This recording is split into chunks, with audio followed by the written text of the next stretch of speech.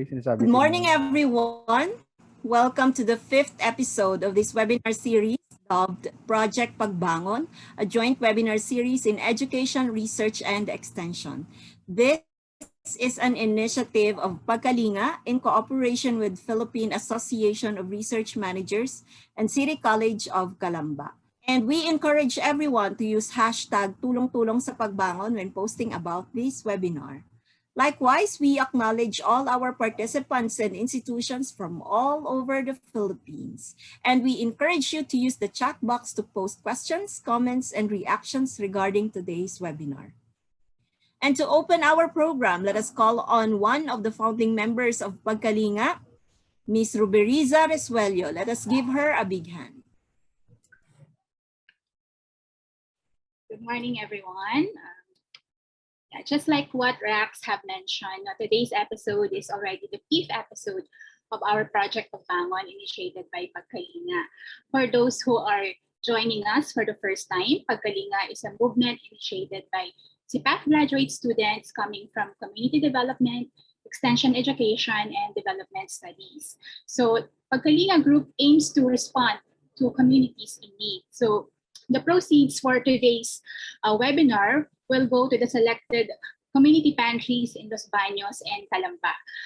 With your registration fees, we were able to generate approximately 33,000 pesos. And this would not be possible without the generosity of our resource speakers who willingly shared their time and expertise. We are forever grateful for your support in this passion project. So without further ado, on behalf of Pagkalinga, we wish everyone a productive webinar at isang mapagpalayang umaga sa lahat. Thank you very much, Ate Ruby. This is really a great initiative. So to continue, this morning, we welcome the opportunity to learn a great deal about writing review of related literature from Dr. Evelie P. Serrano, an associate professor at the Institute for Governance and Rural Development of the College of Public Affairs and Development, University of the Philippines, Los Baños. She currently serves as the director of IGRD CPAF. Dr. Serrano is a full-fledged UPLB alumna, having finished BS Development Communication, major in Science Communication, Master in Public Affairs, major in Education Management, and PhD in Extension Education, minor in Development Communication at UPLB.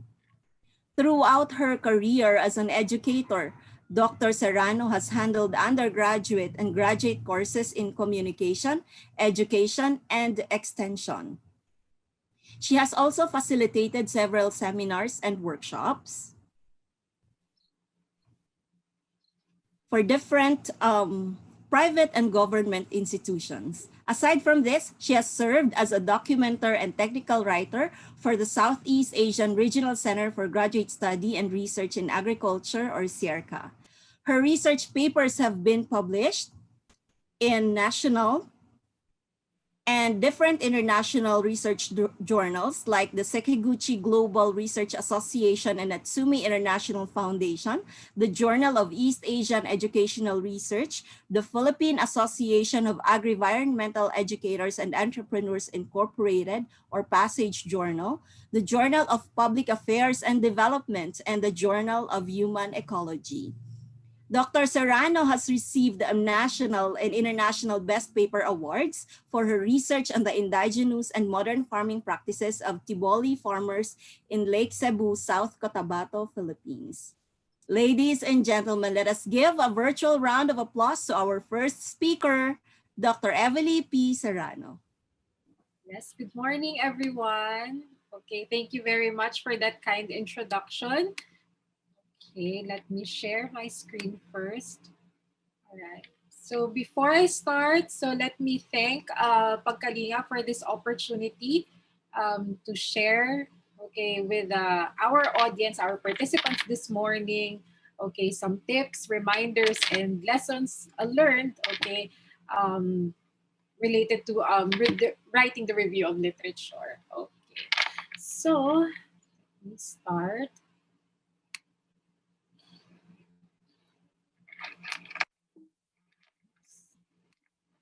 right, so in this lecture, so I would be focusing on three things. All right, so first, I'll be talking about the purpose of the review of literature or the literature review, after which I will share with you tips, okay, in writing the literature review. And finally, I'll share with you the relevance of the literature review and thesis writing based on my own experience.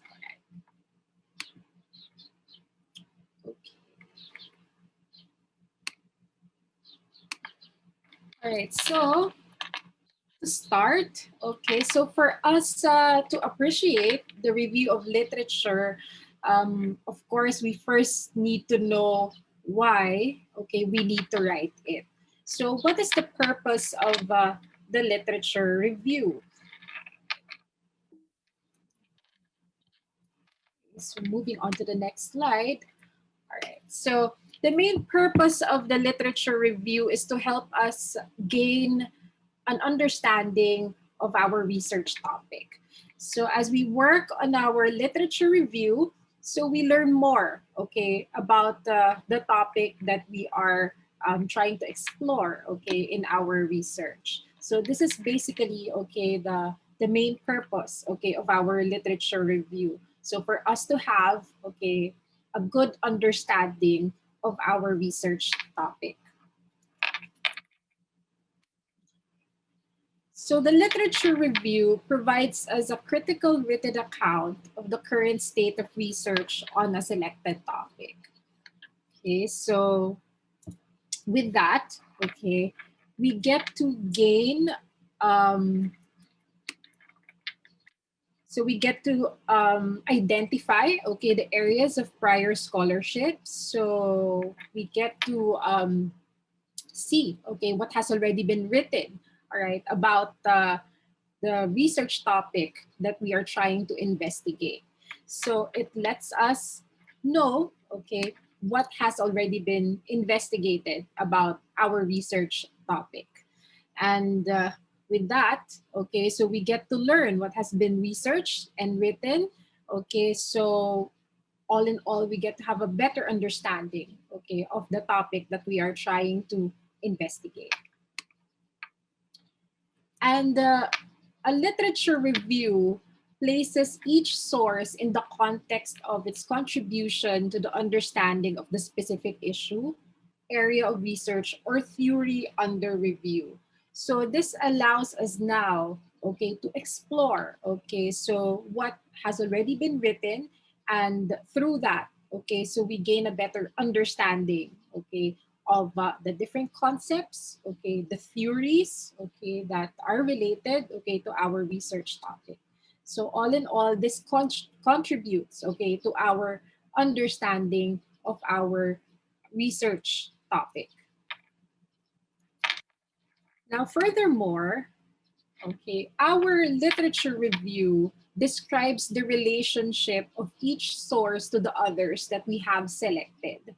So when we do the literature review, as I would discuss later, okay, so we don't simply present, okay, what we read. So we connect, okay, the different ideas, okay, that we get to surface, okay, from our review. So the review of literature describes, okay, the relationship of each source, okay, meaning the different references, okay, that we review, okay, to the others that we have selected. Now, the literature review also identifies, okay, new ways to interpret and shed light on any gaps in previous research. So as we review, okay, related literature, so we get to shed light on any gaps in previous research. So we get to identify what has already been done, okay, and then we also get to determine, okay, what still needs to be explored or examined. So we get to identify, okay, the gaps, okay, in previous research. All right. So as we learn more, okay, about the topic. And then, okay, with that, okay, the literature review points the way forward, okay, for further research. And then this highlights now, okay, the need, okay, for the research that we are trying to conduct. Okay, so as we do the literature review, so it would reveal what can still be explored, and consequently we get to establish, okay, why we need to do our research. So it helps, as mentioned here, okay, as noted here, it helps highlight, okay, the need for our research. So a good literature review will help highlight the significance of our research. Okay, so it's that important. So when we talk about the review of literature, it isn't just about presenting, okay, related studies. It isn't just about putting together, okay, different references. Okay, so a good literature review would lead us, okay, to the importance or significance of our research. So it points the way forward, okay, for further research as we identify, okay, the research gaps through our review of literature. So with that, so having said all of those things, okay, so the next question is, how do we write the literature review? Knowing now its importance, its relevance, knowing that we need it, okay, to advance our research, how do we write, okay, the literature review? Okay. So I often start my review of literature with drafting an outline. Okay. However, if you have limited knowledge about your topic, you need to find your way in. So you need to have a grasp of the topic that you wish to explore. All right. So yeah, ideally, if you have some idea already about your research topic, so you can prepare a rough draft of the outline. However, if your knowledge is quite limited, okay, so you really need to gain first, okay, a broad background knowledge before, okay, you delve in, okay, into writing, okay, the review of literature. So with that, okay, you need to look for references that would give you a foundation of knowledge to build upon. Okay, so before you digest, okay, the more technical materials, you need to look first, okay, and read, okay, materials, all right, on your topic that you can easily understand. All right, so for example, you can refer to textbooks, okay, some journal articles that are easy to understand, some review of literature as well, okay, can be helpful. So you start with reading materials that you can easily understand. Okay, so this would help you um, gain that foundation of knowledge where you can start. Okay, so you have to look again for references that would give you a foundation of knowledge to build upon, and hopefully, okay, with that, okay, you would have a grasp, okay, of the topic that you wish to explore. So again, it's necessary for us to have a broad background knowledge, okay, before, okay, we try to digest the more technical, okay, materials about our topic. So find your way in, look for references, okay, that are easy to understand, okay, just so that you would have some background, okay, knowledge on your research topic. And after that, okay, so once you have that background knowledge, okay, that basic knowledge, okay, on your research topic, you can start preparing your outline. All right, so when we prepare an outline, okay, so we would need to identify first, all right, the main topics or ideas. And then after which, okay, we organize, okay, these main topics and add, all right, the subtopics. And after which, okay, we review and adjust. So the outline is not final, okay? So it's a draft, okay, which you can improve and revise as you progress, okay, in your research. So let me share with you an example. All right. So um, let's say, for example, you plan to investigate or to examine, all right, how we can improve remote learning in public schools, okay, with a specific case. So this is just a fictional, okay, school. So you want to learn, you want to find ways on how we can improve, okay, the facilitation, or how we improve facilitating remote learning, right, in public schools. So given this topic, all right, so what are the main, okay, topics or ideas, okay, that we can include in our outline? So okay, most probably you would want to learn about remote learning, okay, and then the other main concept here, okay, in your working title, okay, aside from remote learning, is remote learning, okay, in public schools. So that can be your second, okay, main topic, okay, or idea. And then after you have determined, okay, your main topics, all right, so you add now, okay, the subtopics. Okay, so under remote learning, so you can start with the definitions of remote learning. Okay, and of course you have to organize it in such a way, okay, the subtopics, that it has a good flow of discussion. Okay, one section would lead to another.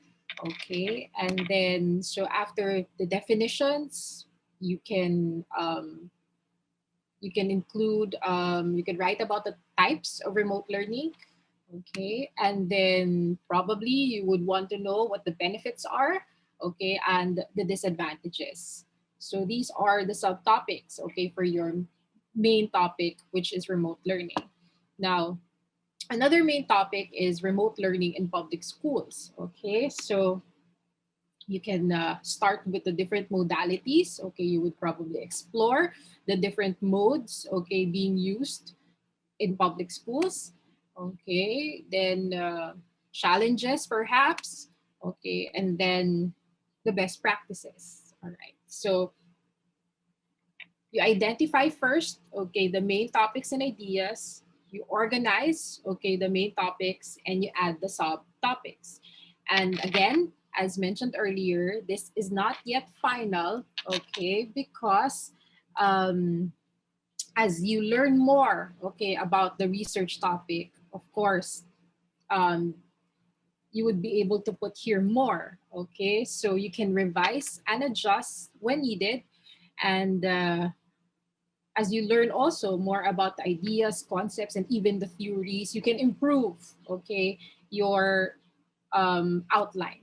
Okay, so the outline for your review of literature. So it's a work in progress, therefore. So in fact, even when you are already writing your results and discussion, okay, you can still improve, okay, your outline for the review of literature. You can still um, add improvements, okay, to your review of literature as you progress, okay, in your research. Okay, so all right, so find your way in, okay, and then prepare your outline. So moving forward, it would also help if you find models. Okay, so what do we mean by this? So you look for other literature reviews in your discipline, okay, and then you read, okay, you understand, okay, this models to get a sense of the types of themes that you may want to see in your own research. And also it would help you organize, okay, your review, because you would have a model, okay, so it would help you find ways on how to best organize, okay, your review. So find models, look for other literature reviews in your discipline.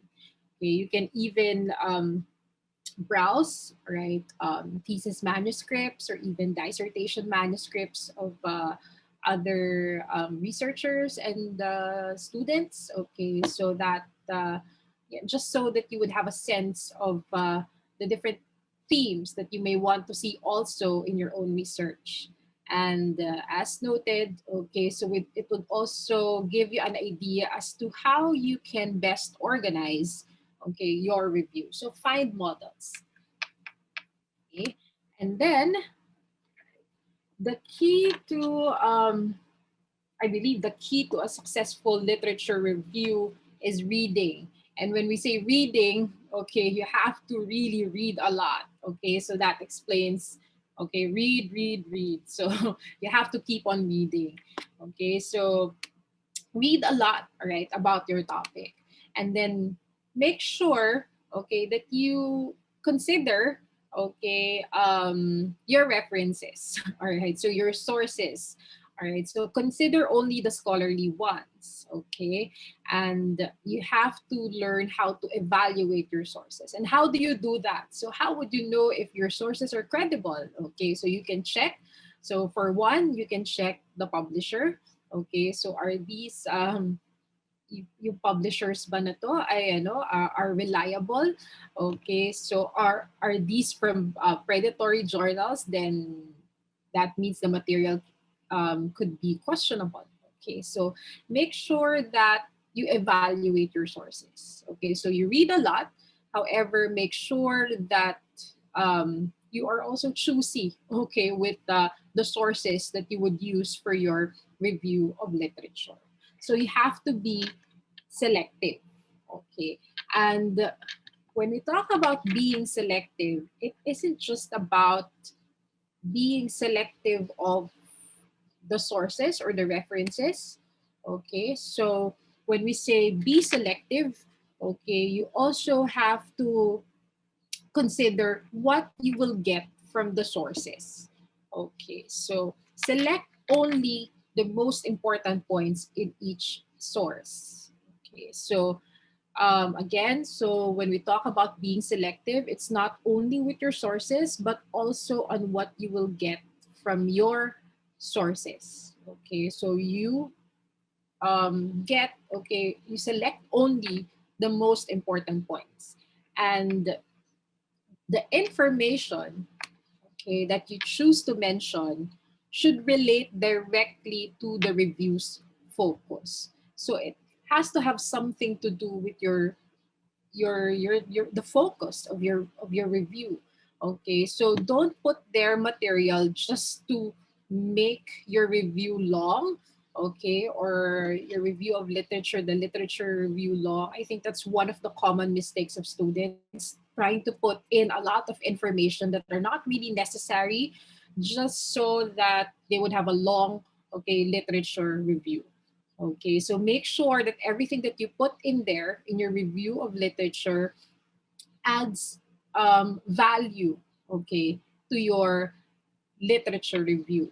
So you only have to select the important points from each source. You don't need to copy everything, okay? So you have to select. You have to extract what you need. Extract what you need, okay? So you don't need to, you know, I think another common error is among students is they copy and paste everything, a whole paragraph, sometimes even a number of paragraphs from one source. Okay, so that's not how we do the review of literature. So again, we have to be selective. We select only what we need from the sources, okay, that we review. So select only the most important points in each source and make sure that the information that you choose would relate directly to your focus or to the focus of your literature review.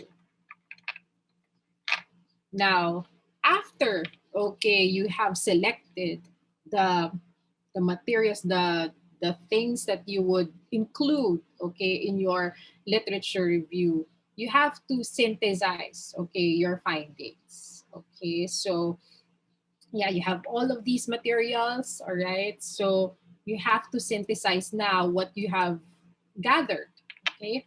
So Note the common or contested findings. Okay, so how do we synthesize our findings? So note the common or contested findings. So sometimes we read a lot of references and then there are commonalities in what they're trying to say. Okay, so take note of those commonalities and take note also of the differences in findings. Okay, so and then you present that. Now, highlight also the important trends. Okay, so as you review related studies, a number of related studies, and then references, internet, even internet sources. Okay, so for sure, there's much that you would learn, okay, from all of these materials. So highlight, okay, the important trends, and then identify, okay, some influential theories, okay, that you would surface, okay, from your review. So note the common or contested findings, highlight the important trends, and identify the influential theories. So as you would note by now, writing the review of literature isn't just, presenting, okay, what you have found. Okay, so you have to analyze, okay, so you have to really understand all of these materials and then synthesize, okay, your findings. So now that you have all of these materials, okay, so make sure that you get to organize well your content. Now, this brings us back, okay, to the outline that you prepared earlier. So that would be your guide, okay, when you organize the content. So, identify the headings and subheadings. So you go back to the draft, okay, your draft outline, okay, and then your main topics would be your main headings. And then the subtopics, okay, would be your subheadings. Okay, so you identify the headings and subheadings. So I think this is another common mistake that I have noticed among students. So they tend to put everything in one section. Okay, and reading, of course, all of those materials can be overwhelming. All right, so and it could be dragging. Okay, so that's why um, we use headings and subheadings. Okay, to organize the content, so that the reader would also be guided.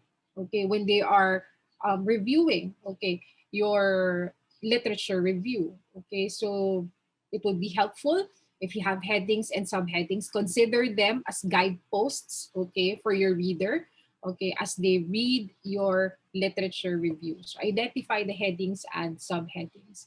And as you do that, okay, as you organize, okay, the content, make sure that you organize around ideas and not the sources. So I think this is another common mistake that I have noticed, okay, among students. So they tend to present ideas, okay, per source or per author, right? So you have to organize instead around the ideas and not the sources. So say for example, earlier we were talking about in the example that I showed earlier, so about remote learning.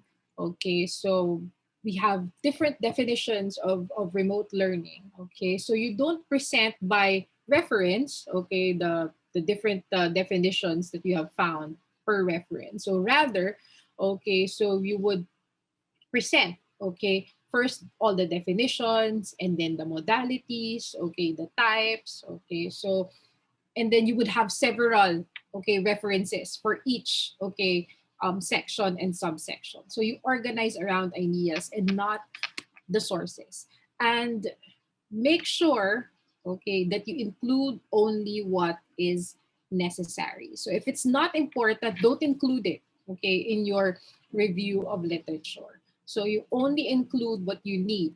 You only include the things that would make you understand better, okay, your research topic.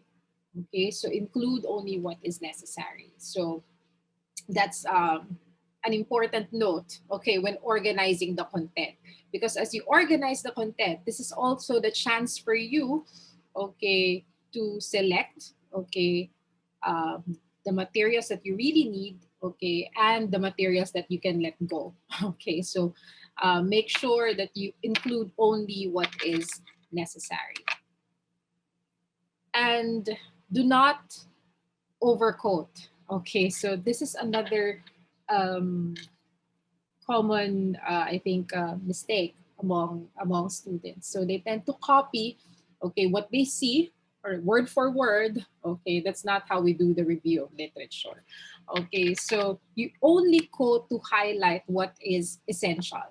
All right. So if it's really important that you get to capture, okay, word for word what the author said, so you can quote. Okay. So if it's really that important, you can quote word for word. Um, However, okay, so if you don't need to do that, okay, so you paraphrase. Okay, so make sure that you paraphrase, okay, the materials, okay, that you would review, and summarize, okay, the main point. Okay, so you have to simplify for your reader. You have to simplify for yourself and also for the readers, okay, later on. So quote to highlight only what is essential. Okay, so paraphrase instead. So write it in a way that it is easy for the reader to understand. Okay, and that may entail, okay, summarizing, all right, the main points. So do not overquote. And to continue, okay, so this one is important. Okay, this one is critical actually. Give credit to your sources. Okay.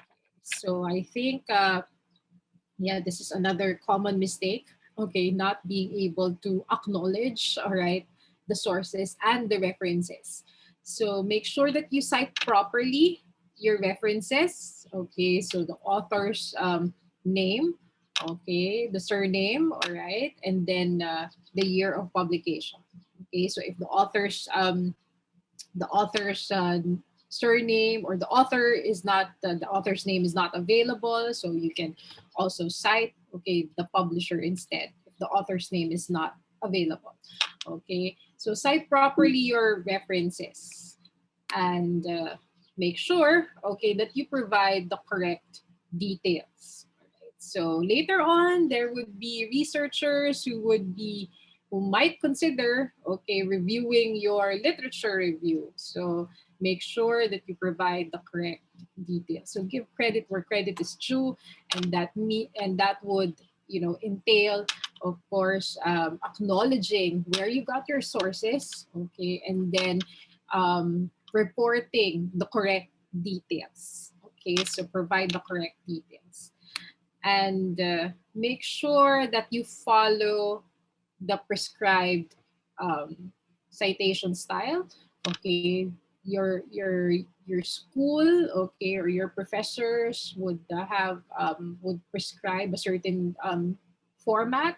Okay, so make sure that you follow, okay, the prescribed format. So check the specific citation style. So if it's APA, okay, so make sure that you follow the APA style, okay, in citing the sources or references. So which is usually it's the author surname plus the year, okay, of publication. So and then there's a comma in between, okay, the author's surname and then the year of publication for the APA style. So later I'll show you a few examples. Now, um, in addition, okay, so you need to cite only, okay, so what you have read and understood. So I've noticed some students would just to make the review long, so they would put there a lot of materials that they just lifted, okay, and then copied and pasted from whatever source, just so that they would have a very long, okay, literature review. But as I've said, that's not how we do, okay, the literature review. So you only include what you have read, okay, and what you have understood. Okay, so don't include what you have not read, and that would also mean that you won't list, okay, in your um, list of literature cited, you won't list in the literature cited the references, okay, that did not appear in your literature review. Okay, so sometimes just so that we would have a long list, okay, of literature cited, so we would put in there, different authors that we really haven't read, okay, and then we sometimes put things that we really don't understand, okay, just so to make things long, okay, so and that doing that, okay, won't add value, okay, to your review of literature. Okay, so again, going back to the main purpose of the review of literature, it's there, okay, for us to have, we do that, okay, we do the review of literature for us to have a better understanding of our research topic. So what's the purpose of putting there something that you don't understand? Okay, so cite only what you have read and understood. So don't include what you have not read. And if you don't understand it, okay, don't cite it. Okay, make sure that you only include what you understand. Okay, now here are a few examples, okay, of I lifted these from my own review of literature. Okay, so as you can see here, okay, so I found this one essential. Okay, the what I have enclosed in quotation marks.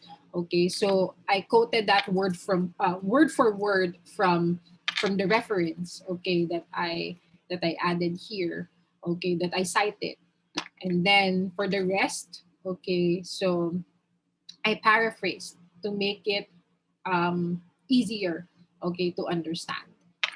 Okay, so notice that in one paragraph, okay, so you can have more than one reference. Okay, so that's what we mean. That's what I meant earlier about organizing content, not based on the source or reference, but based on the topic. Okay, so based on ideas.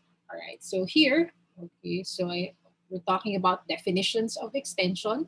Okay, so I cited here, okay, a definition from Vanden and Hawkins, and then another one from Rowling. All right, so in one paragraph, okay, you can have several, okay, sources or references.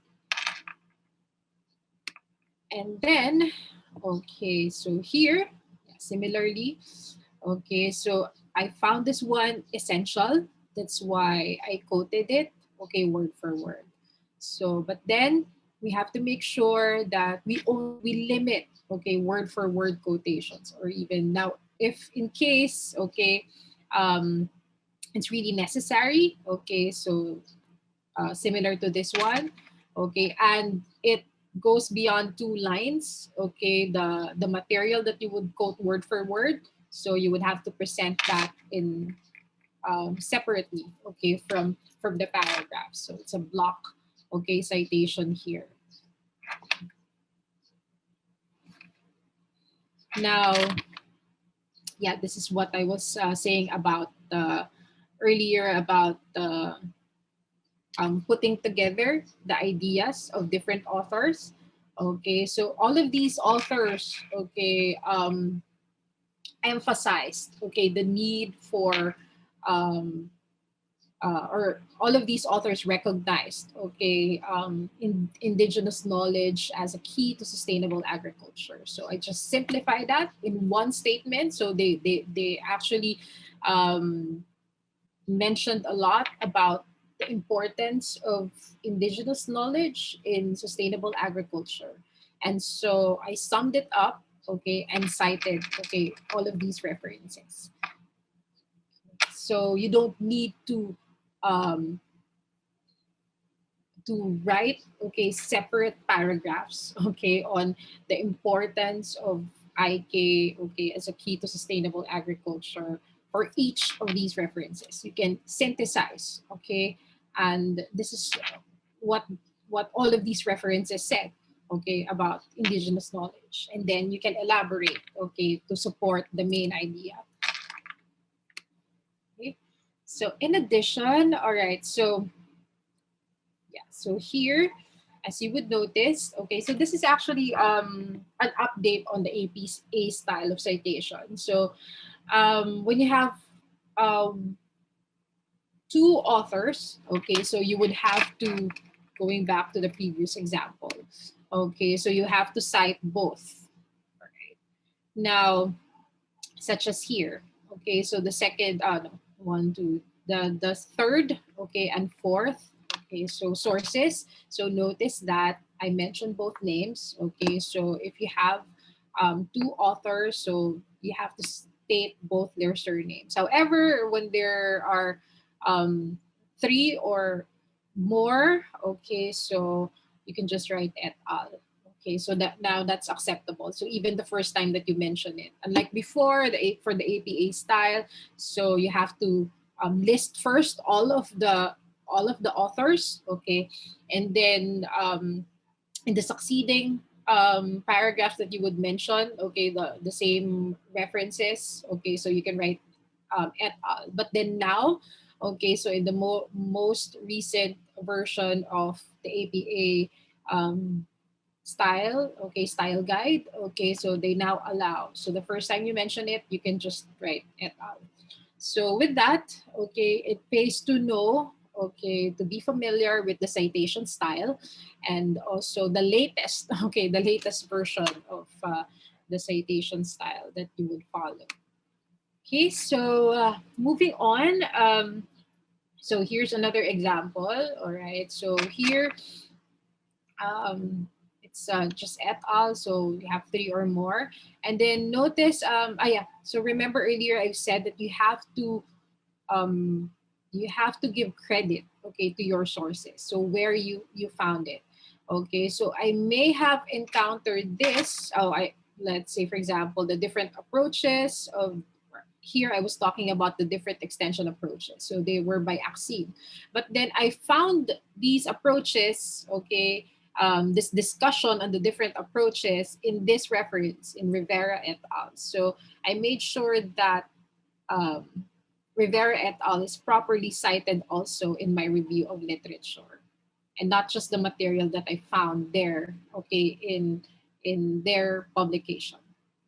So make sure that you cite properly your references. So if you found it somewhere else, okay, okay, make sure that you cite, okay, that reference, such as here, okay, wherein I cited Rivera et al.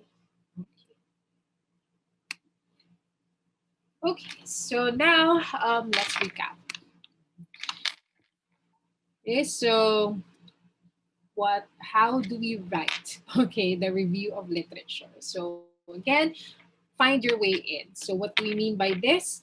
Okay, make sure that you have um, enough background information, okay, about your topic. So explore references. Start by exploring references that are easy to understand, just so that you will have an idea, okay, of your research topic, or a better idea, okay, of your research topic. And then after that, okay, so once you have some, background knowledge on your research topic, you can prepare, okay, you can start preparing your outline. So your outline is important because that would guide you, okay, in developing your literature review. So make sure that you have an outline that would serve as your guide, okay, when you write your literature review. Find models, okay, so again, so try to find the, you know, models, okay, that you would follow, okay. You can review, okay, the literature review of other studies, okay, just so that you would have an idea as to what to include, how to organize, okay, your literature review. So that's one way, okay, by which you can educate yourself, okay, in writing the review of literature. So find models that you can follow. Okay, and then as I've said, the key to the key to a successful review of literature is reading. Okay, and you have to read a lot. So read, read, and read. And but you have to be selective. Okay, so you read a lot, okay, but you don't put everything that you read, okay, in your review of literature. So you only select, okay, the sources, okay, the relevant, okay, and reliable references and sources, and also select the content, okay, the relevant content that you would include in your review of literature. So as I've said earlier, make sure that what you would include in your literature review would add value, okay, to your literature review. So it has to be there for a purpose, okay? And then synthesize your findings. Okay, so again, as I've said, you don't simply copy and paste. Rather, you will try to analyze what you read, okay, and synthesize, okay, your findings. Make it simple, okay, so that the reader can easily grasp, okay, what you are trying to present. Okay, so make sure that they understand. And organize the content. So use your outline, okay, as your guide, okay, in organizing the content. And when you organize the content, okay, make sure that you have proper headings and subheadings, okay, that would guide, okay, guide your reader as they go through, okay, your review of literature. And do not overquote, okay, paraphrase instead, simplify what has been written, okay, because remember the purpose of the review of literature is to give us an understanding of your research topic. Okay, so that means, okay, you have to present it in such a way that it is easy for the reader to understand. Okay, so do not overquote, paraphrase. That would be helpful, okay, to your reader. Okay, and make sure that you give credit, okay, to your sources. So cite properly. Okay, I would always tell my students that. So make sure that it's clear where you got, okay, those materials that you are sharing in your review of literature. Okay, so make sure that all your sources and references are properly integrated, okay, into your review of literature. And cite only, okay, what you have read and understood. So as I've said, the review of literature is there to help us understand our research topics. So if it's a material that you cannot understand, so why put it there? So cite only what you have read and understood. Okay, so are we done? Not yet. Okay, because after going through all of those things, once you have completed your review of literature, you would have to review and you would have to make the necessary revisions. Okay, so revise, revise, revise. Okay, so check your review if it follows your outline. Okay, be sure to use some terminology that your reader understands. So make sure that what you have written is simple enough, okay, for the reader to understand. And double check, okay, your sources and formats. So are you following the APA style, okay, in citation? Make sure that you are consistent all throughout your review of literature. Okay, so double check, okay, your sources and even your format. So we won't dwell on the format because the format, okay, depends on the school, okay, the university. So, but in the case of UPLB, so particularly for our graduate students, the graduate school, okay, has a prescribed format that we would need to follow. So make sure that uh, you are that you follow, okay, the prescribed format. Okay, so double check your sources and your format. Okay, so those are the things, okay, that we need to remember, okay, when writing the review of literature. So going back, okay, so find your way in, prepare an outline, find models, read, read, read, be selective, synthesize your findings, organize the content. Do not overquote, give credit to your make sure that you give credit, okay, to your sources. Cite only, okay, what you have read and understood, okay, and then make sure that you revise, improve, okay, as needed, your review of literature. So moving on, okay, so how did my literature review help me in my thesis writing? So at this point, so I would like to share, okay, my experience, okay, when I wrote, okay, or prepared my literature review when I was a graduate student. Okay, so based on my experience, this question again would lead us back, okay, to the main purpose of the literature review, and that is, okay, to help us understand better our research topic, and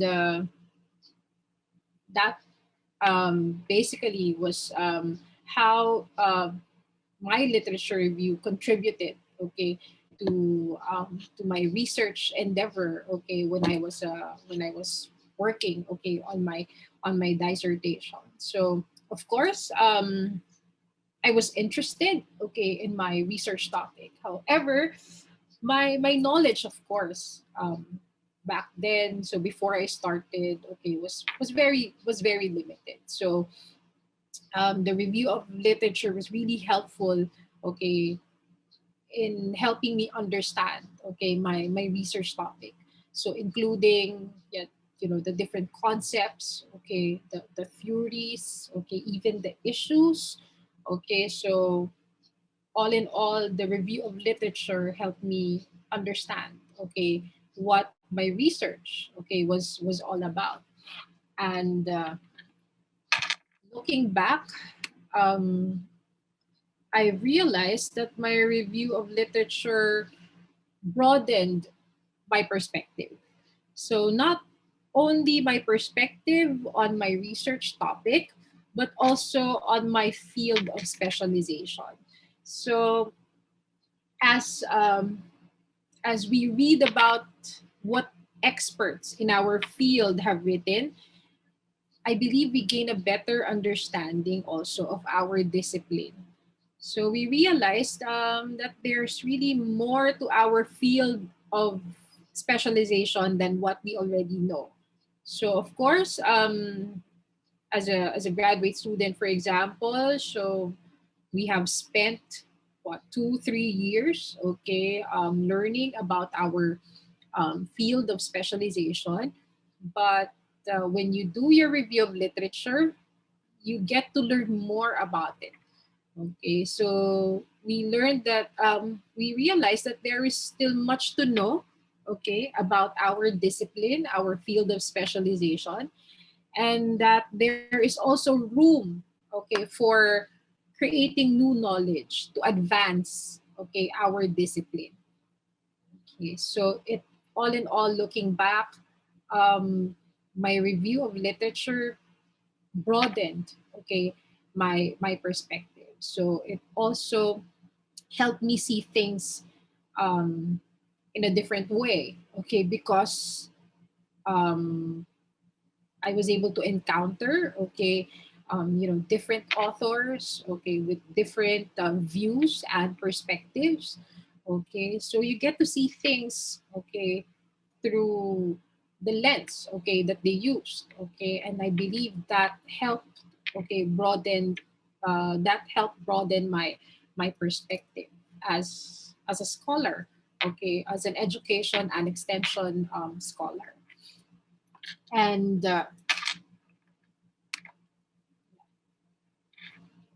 um, it also, okay, improved a lot, okay, my discussions.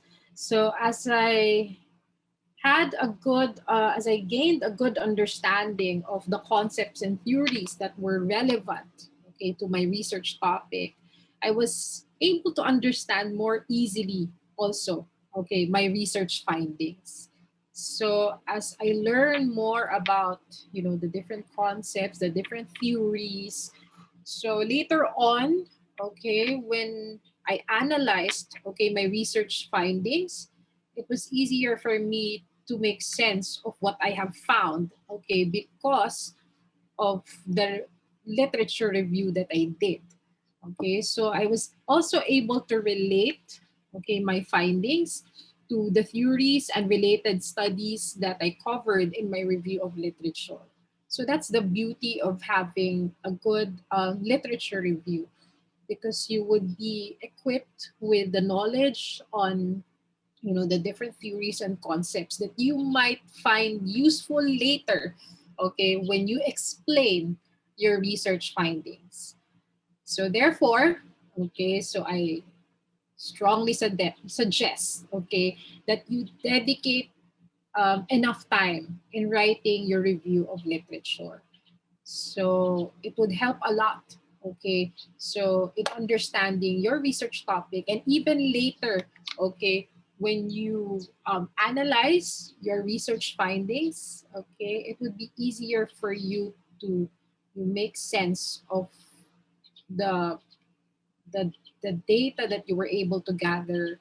Okay, so the even the issues, the implications, okay, so it would be easier for you to surface, okay, the implications of your findings to your discipline, okay, if you have, okay, if you're able to do a good literature review. Okay. So with that, okay, so as Dr. Sois had once said, the more that you read, the more things you will know. And the more that you learn, the more places you'll go. And in my case, okay, the more I had read and studied, okay, relevant literature for my review of literature, the closer I got to understanding what I was trying to make sense of. And that, okay, helped me move forward with my research. So with that, okay, end my presentation. Thank you for listening. I'm now open. I can now answer your questions if you have any. Thank you very much, Dr. Serrano, for your insightful talk on writing the review of related literature. This is really beneficial, especially for students who are enrolled in thesis, and we in your bird questions via our chat box. We will entertain as many questions as time permits in our open forum. So we have 15 minutes. It's 10:02, so we'll stop the open forum at 10:17. Okay, so let's start with the first question. I think the very first question was, how can I make my RRL subtopics unified and coherent? I think that was already answered during the presentation. So let's move on to the next. Does the RRL have to have a recency of 10 years backward as to year of publication? Okay, not necessarily. So yeah, as much as possible, it would be good to have to include recent, okay, literature on your topic. However, there are classics that are still worth, okay, citing. So we should not be restricted, okay, to the year of publication, because there are references that are, you know, sources that are timeless, and um, they can still be included, okay, in your review of literature. So there are classics in your field that you can still cite, okay. So you don't be restricted, okay, with the year of publication. Okay, ma'am. Thank you so much. Now the second question, are we not allowed to declare a literature in RRL unless used in our discussion section or introduction? Sorry, I wasn't able to get that, the question. So let me see. Okay. Yes, ma'am. Are we not allowed to declare a literature in RRL unless used discussion section introduction? Oh, okay. So yeah, I'm sorry ha, medyo choppy, but I hope I understand I hope I understood correctly the question. So unless they are required to include separate chapter. Is that it? On review of literature? Parang ano ma'am, kung hindi ba na-discuss sa introduction or dun sa other parts, yung RRL, allowed ba daw na cite si literature? Oh, in your okay. So I think they're asking about the what's this, the results and discussion. So if you can include literature in the results and discussion. I think that's what wants to ask po. Okay, yeah, I think okay. So anyway, so yeah, so even if it's not in your review of literature in chapter 2, you can cite, you can still include, what's this? You can cite references or sources in your results and discussion, which would help, what's this? Explain, your findings. You can do that. So even if they're not cited in your introduction or review of literature, you can add. Okay, so that is allowed. Okay, it doesn't the material that you would cite in your results and discussion. Okay, they don't necessarily have to be lifted from the review of literature. Okay, in chapter 2, from chapter 2, that is. Okay. Next question. How long or short an RRL should be? Oh, it actually depends. So sometimes we are at the mercy of our guidance committee and advisory committee also. But a substantial, we're not. I cannot really say exactly like how many pages because it depends also on the preference of the reader. So but I think what is important to remember is that we have to make sure that we have enough material, to understand, the research topic, the variables of our study, the important concepts, and even the theories. Um, so it's quite subjective actually to say like how long it should be. So it's more of the quality, I think, more of the quality of the content of the review of literature. But ideally, if we're going to ideally, so if you're going to write a research paper, usually the introduction is just about 10%. So 5 to 10%. So the review of literature would be about maybe 25 to 30% of the paper. So that we would have enough, just to ensure that we have enough material to make us understand the research topic. Okay, ma'am. Thank you po. Next question, I think, is related to the previous question. When can we say that the RRL is valid in terms of years of the RRL references to be used in research? Again, ma'am, that's when can we say that the RRL is valid in terms of years of the RRL references to be used in research? Oh, okay. So I think it's about.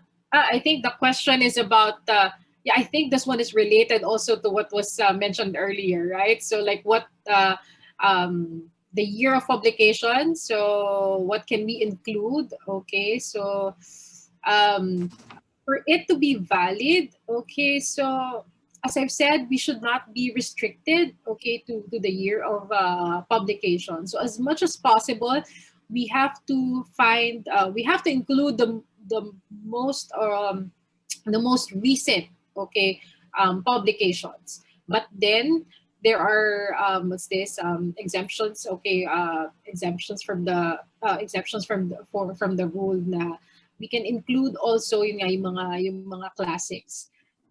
Yes. Biglang nag-brown out. Buti na lang nakaano ko. So anyway, so we're not it shouldn't be restricted, I think, with the year of publication, but as much as possible. So I suggest that we include recent publications. So now it's 2021. Okay, so a lot of things have already been written, and especially now that yeah, we have a what's this a growing culture of research and publication. So every year there's something new that is being written. So as much as possible, try to include references within the span of at least 10 years. Okay, but then as I've said, there are references, classics, okay, that can still be included. So let's not be restricted with the year of publication, but as much as possible, try to um, get references that are recent. Okay. So at least Yes. 5-10 years. Oo, ganun. Okay. Next question po. Can we request online access to field and studies from CPAF library? What research websites or references can you recommend for topics dealing with organizational development and rationalization plan in Philippine context? Oh, okay. So yes, you can actually request assistance, okay, from the CPAF library. Should you need assistance to access some related literature, okay, about your topic. So, and then for the UPLB students, you're very lucky because yeah, we have Open Athens, okay, for you can get your access, okay, through the UP main library, and even at home, okay, so you can access all of these online references that we have that we are what's this that are available, okay, in Open Athens. So the university actually spends UPLB or UP in general spends a lot, okay, on our subscriptions, even our journal subscriptions, so you can access them online. So make sure that if you don't have it yet, okay, you don't have access yet to Open Athens, okay, make sure that you secure one, okay, through the UPLB main library. And then that would allow you access to all of these online portals, okay, and even journals. You can even download what's this ebooks, okay, so we actually have a lot of references, especially ever starting, yeah, last year, okay, so since we've been on remote learning, so talagang nag-strengthen, okay, ang ating strengthen ang ating library services. So again, going back to the question, can we request a CPAF library for assistance, okay, in getting access, no, sa mga references? Yes, that is allowed, and that is possible. Okay, so we have the most helpful librarian. Okay, pero wag naman nating ano minsan kasi I remember sa nakikwento rin sa amin, no, because yeah, I was the head of the knowledge management office, which manages the library. I used to be the head, okay, of the KMO of CPAF, and we manage the library. So I know that there are requests, okay, for what's this copies of thesis, okay. So minsan, if it's allowed, okay, if the author allows the sharing of his or her thesis manuscript, so we can share, okay. But then there are authors who restrict, okay, the access, okay, to their thesis or dissertations, kaya hindi namin pwedeng ma-share, hindi lahat, okay, hindi lahat na i-share natin. But then we can share at least the abstract, and then pag meron namang permission, if there's permission from the author to share his or her what's this dissertation or thesis manuscript, so we share, and then or we try to connect the student, okay, the student who requested to the author kung sakali man na kailangan yung permission niya before, okay, we can share, okay, the thesis manuscript or dissertation. So ayun, yeah, as I've said, so very, very fortunate and lucky, okay, yung ating mga UPLB students. So unfortunately nga lang, I think not everyone is aware of that you can access journals online, okay, even if you are outside the campus, even if you're at home, okay. So and I think not everyone's aware that they can with this that there is open Athens that would allow you to do that, okay. So sabi ko nga kasi usually they would just request directly from the librarian, and I've said very helpful ang ating librarian, but of course we can only share, diba, so much. So we cannot share everything. And then of course, may limitations din naman yung kayang gawin ng ating librarian. So sometimes when as much as she can help, she helps. Okay. So yeah, pwede namang So may question dito. Okay. So yeah, maraming sa chat, yung mga chat box. So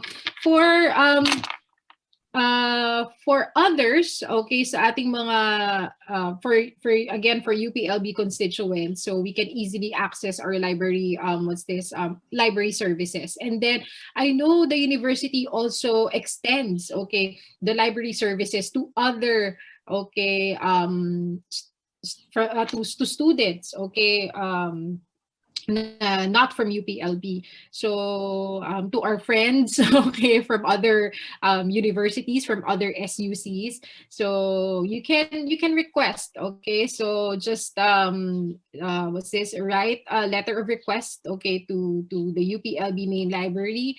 So I just don't have their email with me right now, but you can search the website. They also have a Facebook page. Okay, so if you have questions, if you have certain requests, okay, you can request, okay, for you can write them, okay, for your request. Because before, prior to the pandemic, we opened the library for other for students and the researchers from other universities. I know there's a day, okay, that is a day wherein other students, or I think even faculty members, okay, can access, okay, our library services. So meron lang specific day before. I know when I was a student, parang Fridays yata yon, they opened the library for other users. So right now, so since yeah, we're on remote, okay, mode. Okay, so I think you may be able to request. You can ask. I'm not really sure what their policies are right now. Mhm. So Okay, ma'am.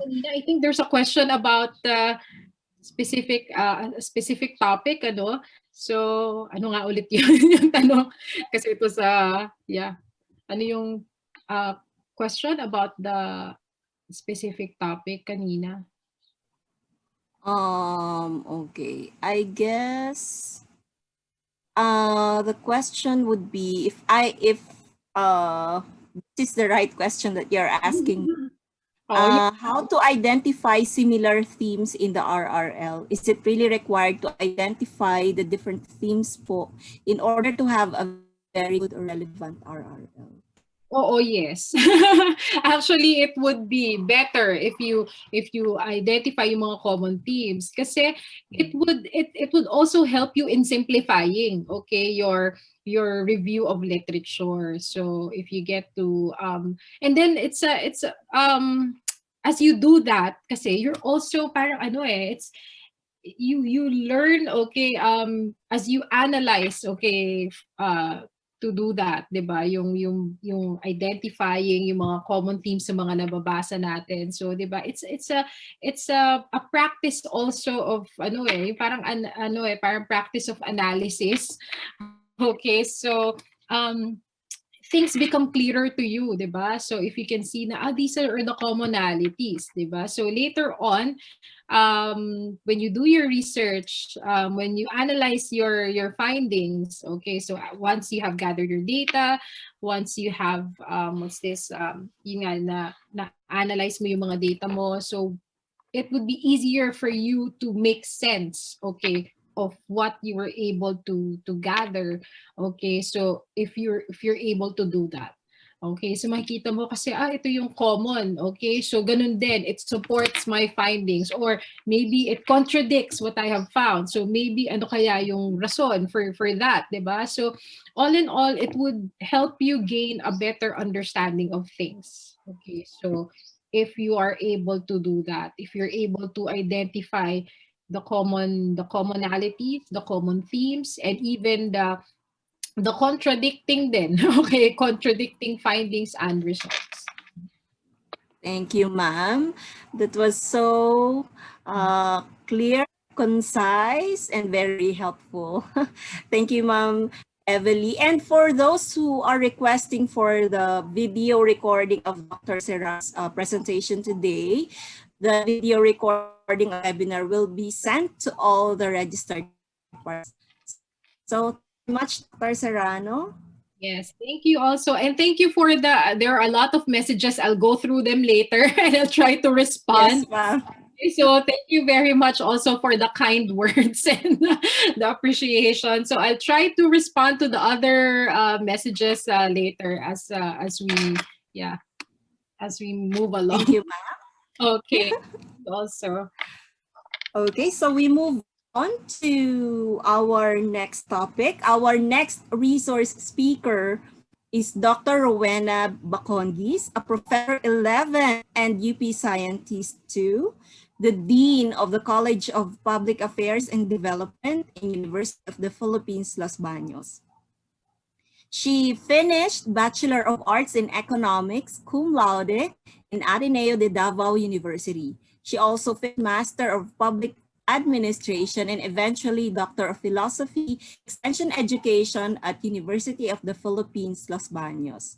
She was the Director of Ugnayan ng Pahinungod, Corps, the Volunteerism Unit of the University, University of the Philippines, Los Baños, from March 2010 to 2013. And she also became the Director of Institute for Governance and Rural Development from 2014 to 2017. Some of her research awards include the UP System Award, where she garnered several awards for international publication, 2010 UPLB Centennial Professorial Chair, Best Paper Presenter in the 15th Philippine Association of Agri-Environment Educators and Entrepreneurs Conference or PASSAGE, Best Paper Presenter in the First Asia Future Conference in 2013 held in Bangkok, Thailand, Best Paper Presenter for collaborating for organic agriculture, the case of Negros Occidental, Restoration Ecology of the Philippines held in UP Baguio in 2014, Best Extension Research Paper Award for co-optation of indigenous and modern farming practices among Tiboli farmers in Lake Cebu, South Cotabato, Philippines in 2014, 2 Best Paper Presenter Awards in the Second Asia Future Conference in Bali, Indonesia in 2014, another Best Paper Award for the study the effectiveness of using jigsaw technique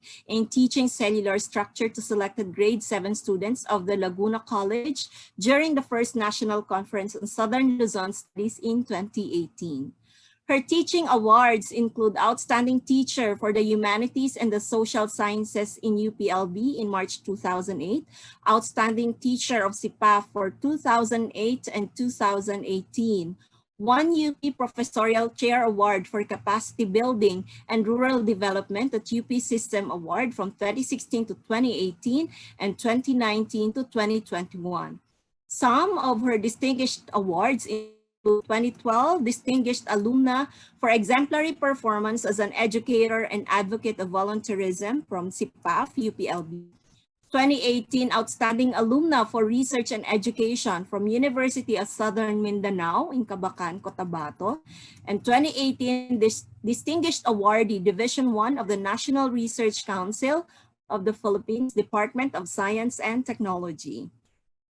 She is also a consistent plenary and guest speaker in different national and international conferences and has been providing technical assistance in different organizations. Ladies and gentlemen, to talk about constructing your research framework, the most humble professor I know, my idol and personal favorite, Dr. Rowena D.T. Baconguis.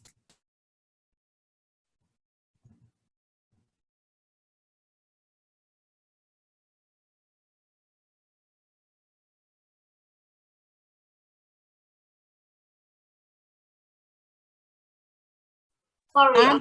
You're Yeah, on mute. okay. So I am now, can you hear me now?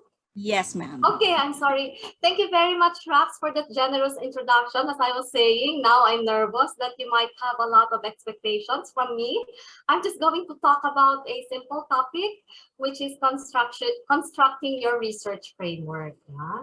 But before we start, I would like to congratulate the officers of this organization for coming up with this initiative, not only to promote a love for research, the skills in improving your research, but more so also tying this up with helping others.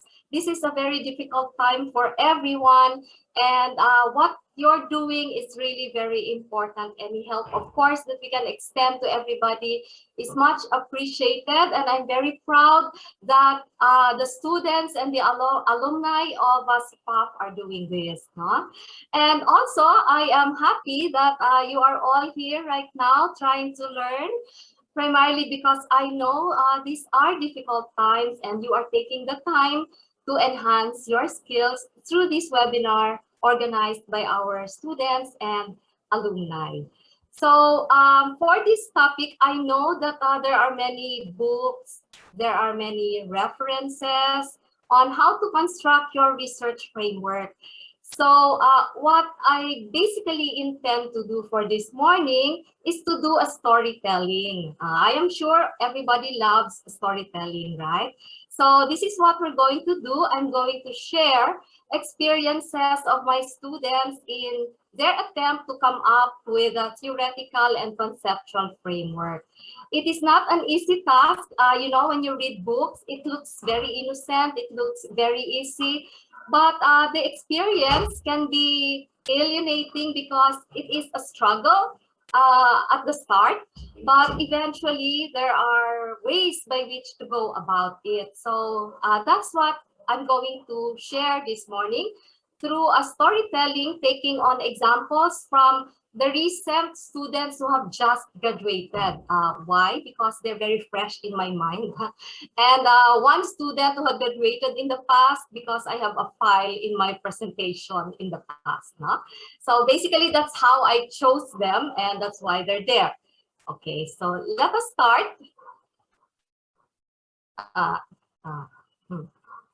Should be all right. It should be page down. All right, so there are just two questions that we're going to answer this morning. Number one is, how do we come up with a theoretical framework?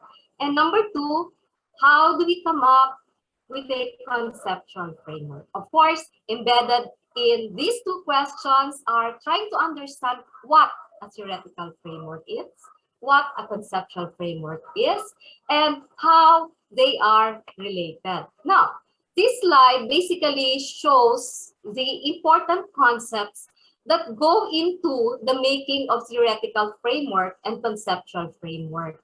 So I want you to remember these keywords because they would help us understand better these two key terms that we are trying to study this morning. The first one is a research problem, and then the next one will be the objectives of the study. And below that, of course, supporting all of this would be your review of literature, which has been discussed earlier by Dr. Serrano. So only 5 keywords, no? So please try to remember these keywords. And if you have any questions later on, we can go back to this. All right, so some definition of terms. When we talk about theoretical framework, it says here that it helps sharpen the problem statement. So basically, the very first thing that you have to do when you do your academic research is to identify the gap in knowledge, something that was also discussed earlier by Dr. Serrano. So when we say a problem statement, that is what we say, gap in knowledge, something that is not well understood in the research arena of the specific field that you are trying to study, all right? So if it's a gap in knowledge and something that is not well understood by researchers, so naturally, you are going to do a lot of reading, right? You are going to do a lot of review of literature. And along that way, there will be many things that you will read and you might get lost. And which is why you need to anchor it on a theory, right? Because, for example, right now, I'm trying to make review of literature on governance of lakes, no? Because we're trying to come up with a proposal. So there are many studies on governance of lakes, but I need to focus on what specifically will that theory about lakes, governance of lakes, that I will focus on. So that is something that I would like to look into. Otherwise, it's going to be a very good study that is difficult for me to handle, right? So number one, the theoretical framework helps sharpen the problem statement. The other is it provides an idea within which a study belongs. So obviously, when we talk about lake governance, for example, there are many ways by which to attack it, right? But because of a theoretical framework, then immediately it tells the reader where that study belongs to. Is it in the social sciences? If it's in the social sciences, is it about governance? And under governance, what specific concepts are you going to study? Is it about processes? Is it about norms? Is it about institutions? So basically, immediately, the theoretical framework will situate the study along these lines, no? And the third is, well, it might not be one theory, right? It can be a combination of theories that will help you try to analyze your study later. And we will talk more about this when we go into the examples in a little while. So let's look at the first example. The first example is a study done by my student, Dr. Rachel de Guzman, and she investigated social capital of vegetable trading in Benguet, Philippines. All right. So here I have outlined her major research question, no? And along that, in the next box, I am indicating here the theories that she considered for her study. Remember, as we've said, when we talk of a theoretical framework, it provides a lens on how to investigate the study. It locates where the study is, right? So let me just try to give you an idea of how she came up with the research problem. So in the beginning, because she's from Benguet, she was very interested in how farmers actually do the trading. No? So when she came to me, she said, "Mom, I'm going to trace how they trade from the farm up to Divisoria." And I said, her major is development studies, by the way. So, and her minor is with SEM, no? It's a agribusiness management. All right. So how are you going to do that, right? Remember, you should have a lens. You don't just attack the problem and go there and, interview people. And I said, how are you going to do that? And why are you going to do it? Is there a gap in knowledge when it comes to that? And so she came back to me and said that, actually, ma'am, most of the studies that have been done along this line is tracing, no, the how to and to whom they trade and how much they traded and how much they earned, something like that, because it's done by economists. So I said, what will be your contribution? And so she said, well, I'm not an economist, but I do have a background on it. And let me just go over again through the literature. And you see, that's why Dr. Serrano was saying earlier, review of literature is very important. So she went back again because she's not yet decided on the topic. She read other references outside of trading practices, no? And she said, Mom, there's a culture aspect to it. I think her background, because she has a business background, I think she's teaching finance also. I think she could have done better if she wanted to study the financial aspect. But now she's moving into culture, no, anthropology. And that was not her minor, nor am I good at it. So I said, okay, so if it's culture, then you'll have to look into how it is going to be studied. So you're going into anthropology now, right? You're going into culture studies. So why don't you read more? So essentially, she read more and then she came back to me and said, you know, Mom, I think the social capital aspect is the one that I will focus on because number one, it has my interest on networks because it tells me how people relate, to whom they will relate, and that was her first interest. The second one is that when we talk about social capital, well, we are also talking about norms, we are talking about trust. So she said, in a way, my interest in culture is along that line as well. So I said, very good then. So I want you now to read about social capital, right? Because she said she's interested in it and I am more comfortable advising her about social capital because it is something that is, something that is known to me also. So she went back and did a little more study on social capital, and to make the long story short, the review of literature took 1 year. Why 1 year? Because for one, she couldn't pinpoint what really should she focus on and how should she study social capital in a trading system. So after 1 year, we were happy. And finally, she came up with a general research problem. And she said that, this is something that has not been done, or at least by many people. So with that, she said, thus social capital explain the persistence of traditional vegetable trading system in Benguet, Philippines. So remember that she was interested in culture because when she came to me, Mom, they seem to just like to trade among themselves. And they seem to be very suspicious of everybody. So that was, her idea. And I said, well, we cannot just write it as that because it's going to be a descriptive research. Remember, you're a PhD student. You should have a contribution to knowledge. So you should have a lens for studying these things.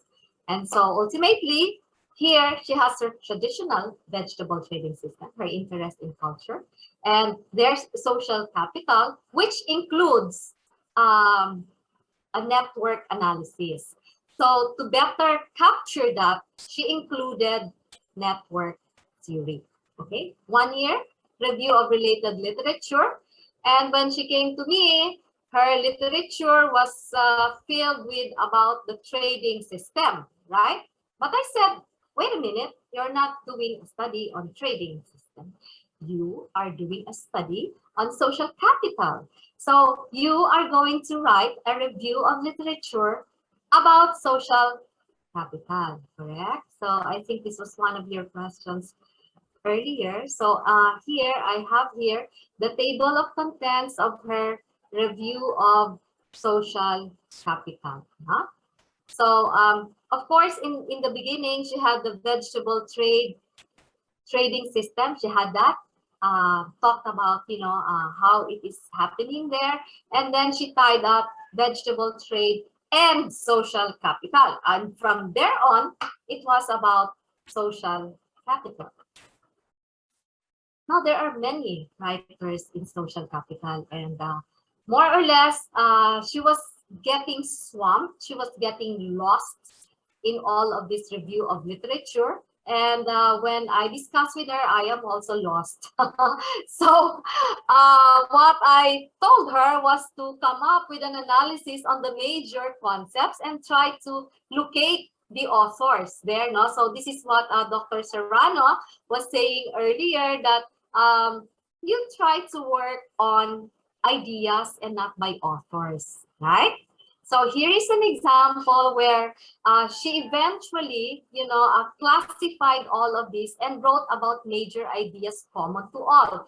So she had structural social capital. So in the beginning, I could not understand, oh, what do you mean by structural social capital? No, because she was writing about this in terms of authors. No, she was Bourdieu said, Coleman said, Putman said. So I was like, I'm getting lost with the way you are writing it. So why don't you organize them according to ideas, as what Dr. Serrano has said. So she eventually wrote them according to major topics, and she came up with this classification: structural social capital, content, main ways in which social capital operates, and outcomes. So here you have the different authors writing about them. So it's not the other way around. You don't organize your thoughts according to the authors, but you organize them according to the main ideas that will help you provide a lens to your study. So, okay. So basically, that is what she came up with, and she was able to say that indeed my theoretical framework is about social capital and network theory. All right. So from there, we finally had a common understanding. It is very important that you and your advisor have a common understanding of your study, because your advisor is going to help you and write about it, understand it, provide a lens, and eventually help you defend, right? So you don't want your advisor not also knowing or understanding what it is. Now, your advisor is your first reader. Remember that as a researcher, it is your duty to make sure that your readers understand what your research is all about. And your advisor is your first reader. Unless, of course, the advisor understands it, she's not going to say that, all right, you can now defend, right? So you have to convince your advisor that it is understandable, right? So anyway, so from the conceptual framework, now we move on. From the theoretical framework, we move on to the conceptual framework. And one of the things that is normally asked is, how different are they and how are they related? Okay. Both, by the way, are conceptions of the researcher. As you can see earlier, she had two theories. That's social capital theory and network theory. It is a conception by the researcher. Nobody told her that this is the best way to study it. It was she who eventually decided that as the researcher. Was it an easy task? It was not an easy task. As I've said, it all boils down to understanding the main gap in knowledge, which took her basically 1 year. And also included in that 1 year was how to organize the thoughts and finally say that we do understand how social capital theory and network theory will provide the lens. Now, how do we concretize all these things? And that is when conceptual framework comes in, okay? Now, so from the research question, the gap in the knowledge, you have, specific questions, and finally you will come up with your research objectives, okay? So the conceptual framework now is directly related with your objectives, and it also shows us how your research will be undertaken, which means to say that the conceptual framework is more or less visual. It shows there the concepts that you are going to study, or if this is a correlational study, the variables that you want to measure and correlate, okay? So again, it is constructed by the researcher, and it presents an adaptation of the existing theory which the researcher wants to use for her specific research purposes. Okay? And if it is a correlational study, it's going to explain the relationship that exists between the main variables through this model. No? Or it's going to show us the main concepts, if it's a qualitative study, the main concepts that you are going to investigate in your study. Okay? So why is it not moving? Page down. Okay. All right. So before she could do that, because, you know, as most concepts in the social sciences are, most concepts actually are what we call imprecise in relation to the natural sciences. Why do we say imprecise? Because there are many conceptions about it by different researchers. It becomes unhandy, right? So let me just go back a little bit to the previous slides that I have. Take a look at this one. You see there are many writers, and each one would have a different sub-concepts under it. So that's why we say it's a little bit imprecise and unhandy, right? So now she has to decide which of these is she going to highlight, right? And that is because, as we said, a conceptual framework is something that the researcher adapts for the purposes of her own research, right? So from the main classifications, which she did earlier, the structure, content, ways it operates, outcomes, and applications, she identified the concepts that will be included according to social capital theory and according to network theory. So we have here the types of network from the social capital theory. And from the network theory, we have the network size, right? And in the content, we have here trust and norms. And under network theory, she included written and unwritten norms because she said this one is more developed under network theory. Ways it operates, it's about cooperation and collective action. She didn't have one here. And then outcomes and applications are these ones. And then from the network theory, she included resources derived from networks, which may not have been emphasized from the social capital theory, okay? So that, as I've said, is related to the objectives, right? You have to show that it's, you know, when one of the hallmarks of research is that it's logical, right? And one way to say that it is logical is that the ones that I emphasize in my research problem, in my objectives, in my review of literature, in my theoretical framework, in my conceptual framework are the concepts that are most important. So see here, structure, content, ways it operates, and outcomes and applications. That is what you see here in the objectives, right? So unless you are able to harmonize these things, you are not ready to defend your paper, right? They should be meshed. What's the term?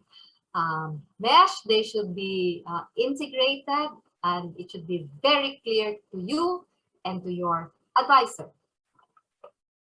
And that is what you also see in the conceptual framework, right? So again, you see the words here, which you earlier explained in her analysis of the concepts related to her interest, which is this one. Huh? Okay.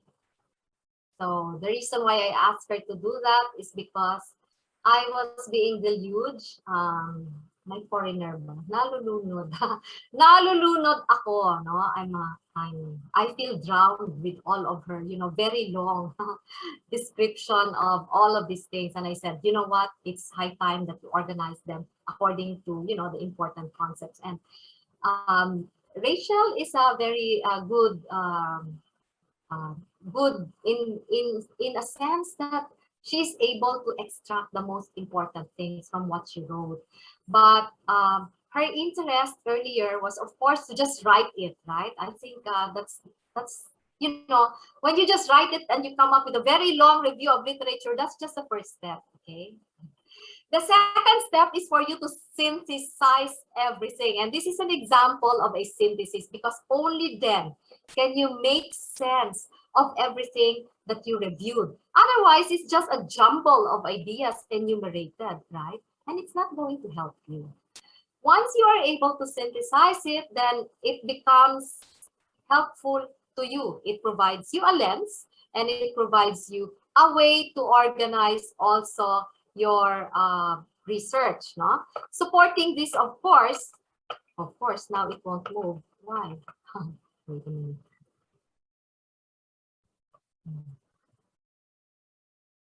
Page down, right? There, okay. All right. Supporting the conceptual framework, of course, are the definition of terms. So this is important because, as I've said, concepts in the social sciences are imprecise, they are unhandy, and therefore, if you are going to make sure that you meet the criteria of a good research, which is replicability, you have to explain very well from whose point of view are you coming from. And that can be explained by, of course, your theoretical framework, clearly now by your conceptual framework, and more clearly by your definition of terms, right? Now, of course, in the definition of terms, I think that's the second, all right. In your definition of terms, there are two parts. Number one is the dictionary, or what we call conceptual definition of terms. So you have here, from where are you coming from? Whose definition is this? This is from these three authors rather, no? And this is that is why you're talking about the types of networks. Who is that? That's Putnam and Megiesi. Okay, so that's basically the conceptual framework. Are you done? No, you're not done, because you are now going to tell us how, right? So the first part is in the definition of term is the what.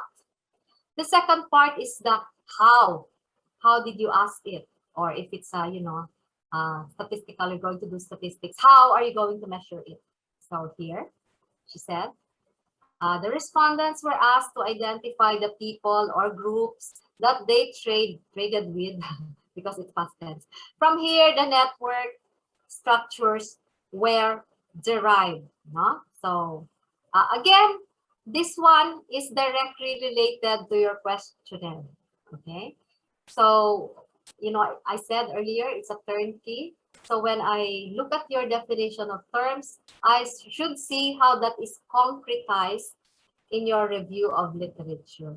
So some researchers, the first thing that they do is to construct a questionnaire. I saw, Mom, I have this interest, and can I now construct the questionnaire? I see this especially when I have subjects, that where the students are going to do a case study, for example. And I said, where are you going to base your questionnaire? Oh, Mom, I would like to ask about 1, 2, 3, 4, 5. Oh, I see. How did you decide on these things? Well, I like to ask these questions.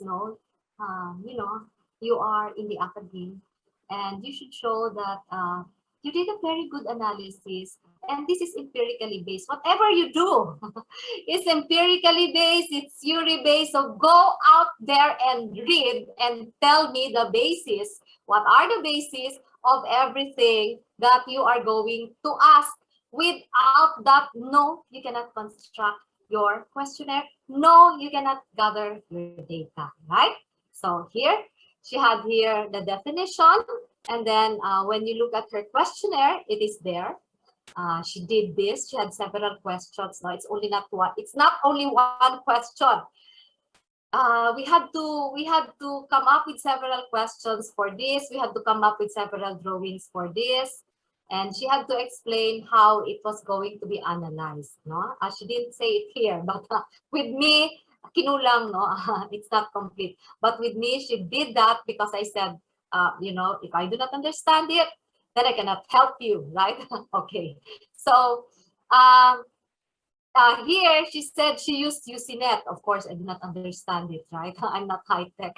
But she said, "Oh, mom, this is how it's going to appear. This is you know, this is the kind of analysis that we will do." And I said, "Of course, as long as you understand it, fine, and you can explain it with me, fine, right?" Okay, so this conceptual framework, which is not going up or down. I don't know why. Okay, this conceptual framework is supported but by, as what we said, definition of terms, which has two parts. Number one is the what, and number two is the how. Okay, so yeah, she did explain this to me. Mom, this is how it's going to look like. She provided me with examples, and I said, fine, as long as you can explain it. So eventually, this is her analysis using UCNet. So I have here examples of the cases that she selected out of the many traders that she interviewed. This is a qualitative study, and this is by Snowball. Okay, and this is another example of the third one, right?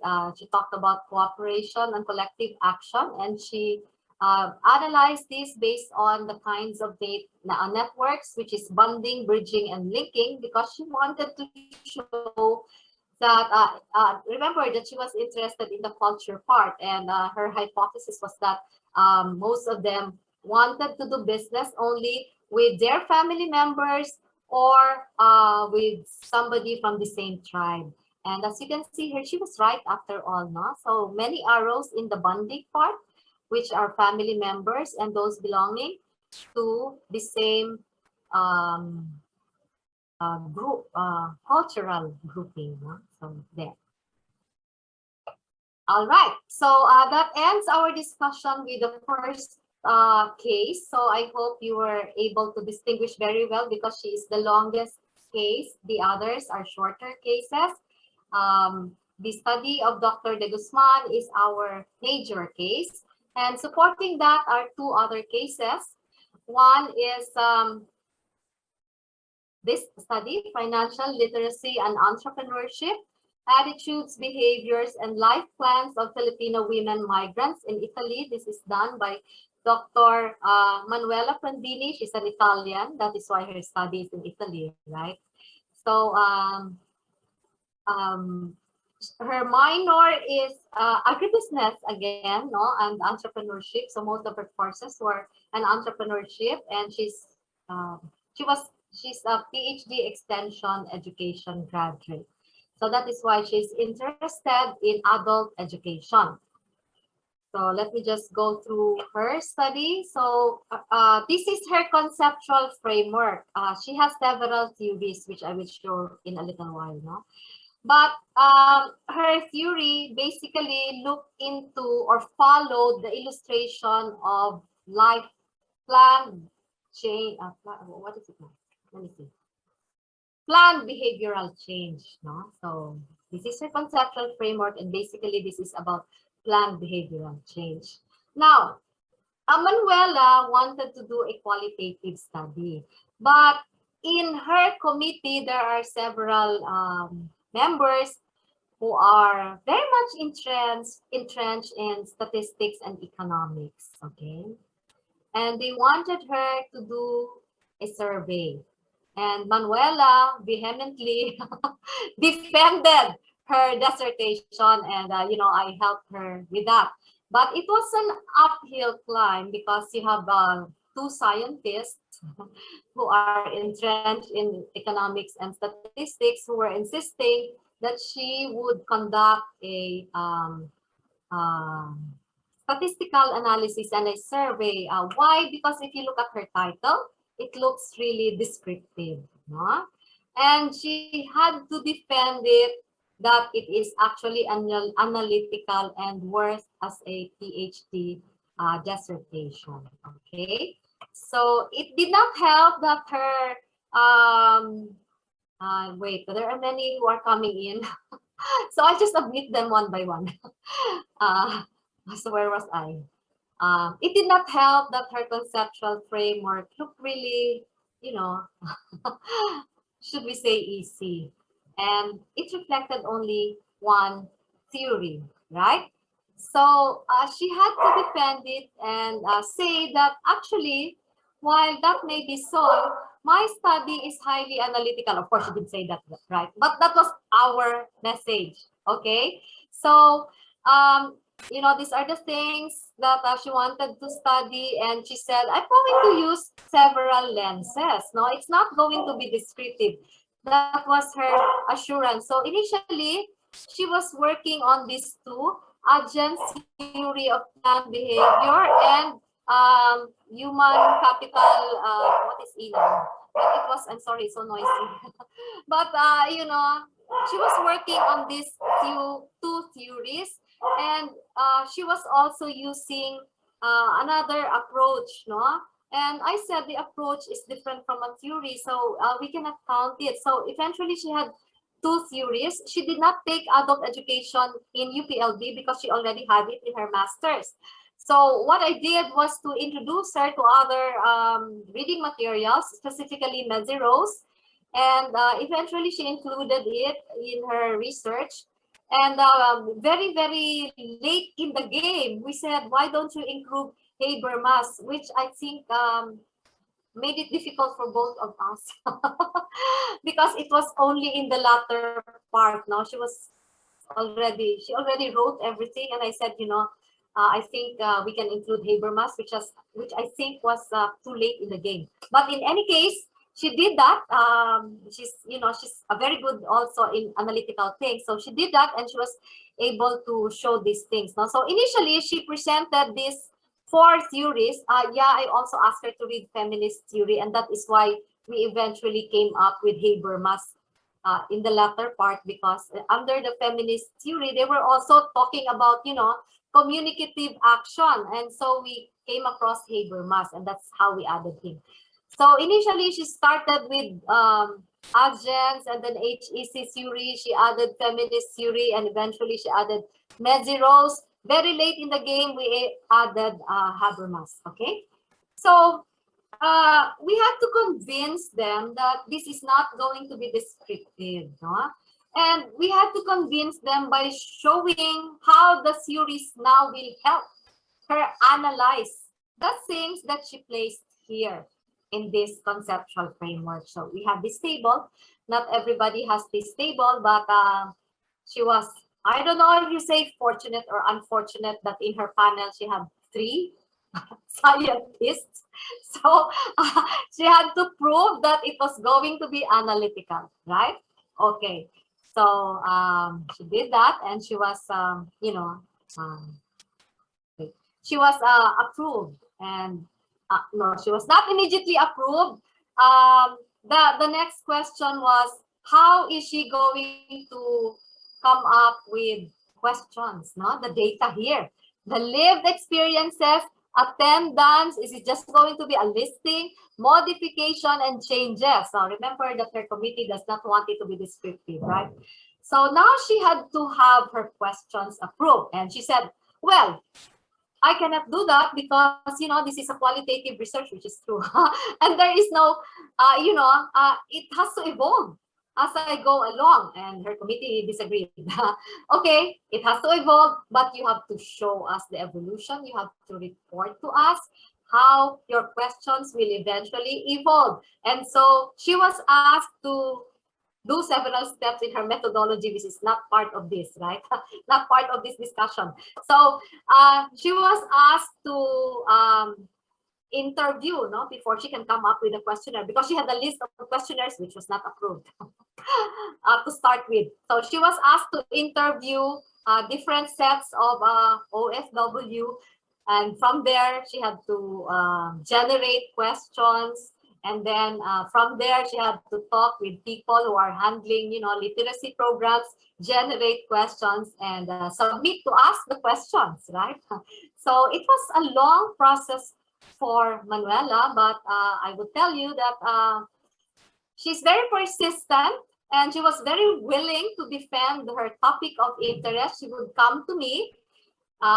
She said, I would like to consult with you on this date. And on this date, I have 20 questions, which she will send beforehand so I can study them, right?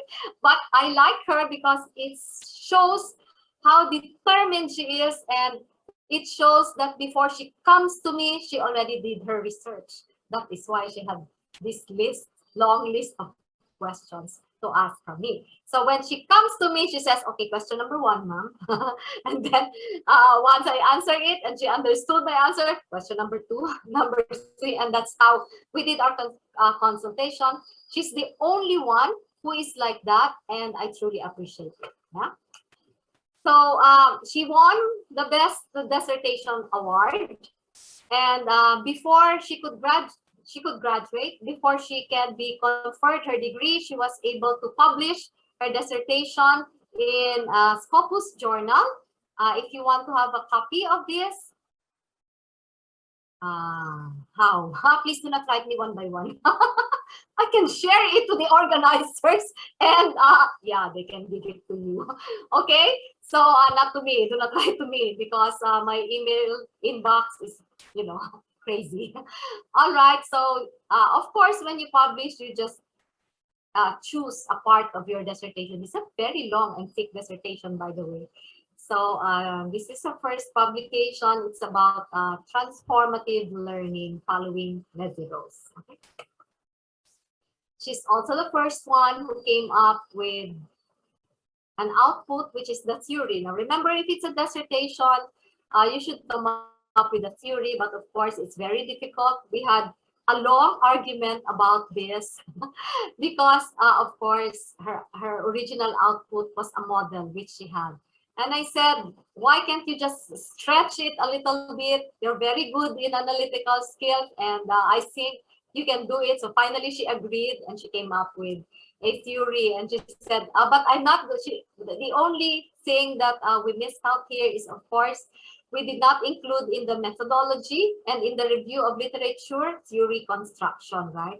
And she said, I will do it, ma'am, as long as you agree that I will not rewrite my methodology and my review of literature. So yeah, I said, as long as you follow how it is being done, because after all, you have a course in theory construction. So she did that. And here you have the theory of generative transformative learning, supporting the affirmative learning cycle. So this was her original output, a model in adult learning. But I said, you stretch it a little bit and come up with a theory. Her main concern was that that's very difficult. And I said, why is it difficult? You already know very well the transformative learning theory of Mezirow. You have read how he came up with it, how many he interviewed, and it's just the same process that you did. So you might as well come up with a theory, right? So, this kind of discussions can only happen if you and your advisor, have a sync of mind, you understand one another, right? So that's it. She was able to come up with a theory.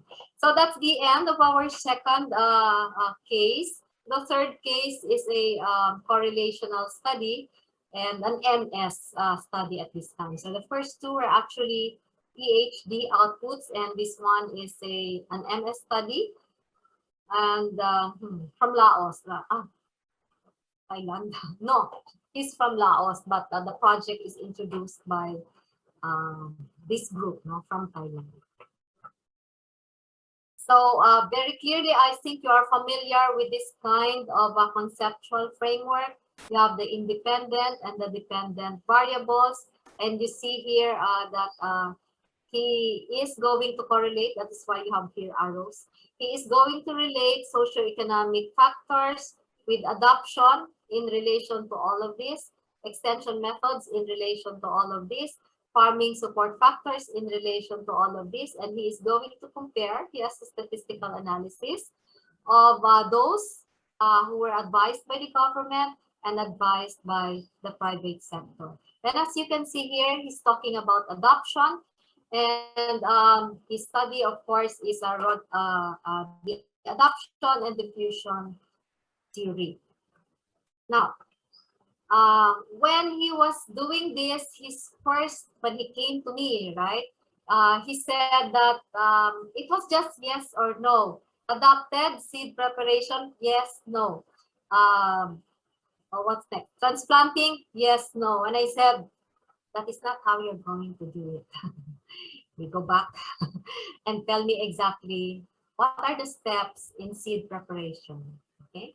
What are the steps in seed selection and, seed preparation. These are the steps rather, no? And then these are the steps in transplanting. This, not the steps, but these are the important concepts that you have to do in seed preparation. And then these are the important steps that you have to do in transplanting. So I said, provide a definition of this according to how the normative, right? How the private sector and the government sector taught it. So put it there and then do a Likert scale, 1, 2, 3, 4, 5. In terms of adoption, no? To what extent did you adopt this kind? So it's not just seed preparation. There's a a sentence about it. There's a sentence in selecting seeds. So with that, it becomes easier and clearer to the person you are asking. So you read the sentence. Did you do this? And I said, if it's fully adopted, then we have no follow-up question. If it's not fully adopted, 1 to 3 lang pala. 1 is partially adopted. Here, sorry. So full adoption is 3, partial adoption is 2, non-adoption is 1. So if the answer is full adoption, we have no follow-up question. If it's partial adoption, we have a follow-up question, why? And similarly for non-adoption, why, right? So it's very specific. The questions are very specific such that when you write about it, you can say why, for example, he did not adopt this set of steps, right? Why he did not adopt this set of steps. Then you can expound, because if you're just going to ask yes, no, then you are putting all the concepts in one major idea when there are actually several, no? So for example, transplanting, yes, no, but in transplanting, he has to know the age of transplanting, the planting distance, the application of basal fertilizer, the use of organic fertilizer, and as I've said, these are sentences, no? He should be able to write the correct sentence as recommended. So if he did not do that, then you can also ask why. So with this, he has an overall score for transplanting, for seed preparation. So he has an overall score for that, which is this mean. And then he made a t-test, and eventually he did a correlation, right? All right. So to summarize, once again, we would say that theoretical framework and conceptual framework are both constructed by the researcher for use in a specific study. And when we talk about theoretical framework, it is directly related to your research problem. When we talk about conceptual framework, it is directly related to your objectives. What we see in your objectives, we should see in your conceptual framework. What you see in the research problem should be very well, what you see in your theoretical framework should very well be able to address the problem that you initially proposed. Okay? You cannot do that without a very good review of literature. How long does it take to make that? Up to you. As I've said, with Rachel, it took her 1 year. With Manuela, probably 6 months. Yeah, it depends on you. There's no time, but we would appreciate it if you can do it faster. So with that, thank you very much. And let's now move on to your questions.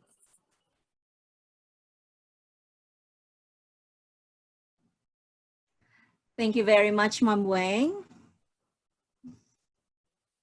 Okay, so again, this session is really helpful, especially for us. Siege and I, how are you? How are we, guys? Malapit na ang break natin. By June, your advisors are going to ask outputs. Okay, hello, Siege. By June, we need outputs. Okay, ma'am. So here is the first question po. Why is that a qualitative study proposal may not have a conceptual framework? Right. So, you know, when we say a qualitative research, just like color, for example, the color, what color is this? Orange. Yeah. So, this color orange would have a range. Or blue na lang, para iba. Yung damit ni Raquel. Blue would have a range of colors, right? You have light blue, light blue, sky blue, ocean blue, deep blue, dark blue, something like that. It's the same with qualitative research. It's the same also with political colors. You have, you know, extreme right, extreme left, left, left, right, right, middle left. It's the same with qualitative research, okay?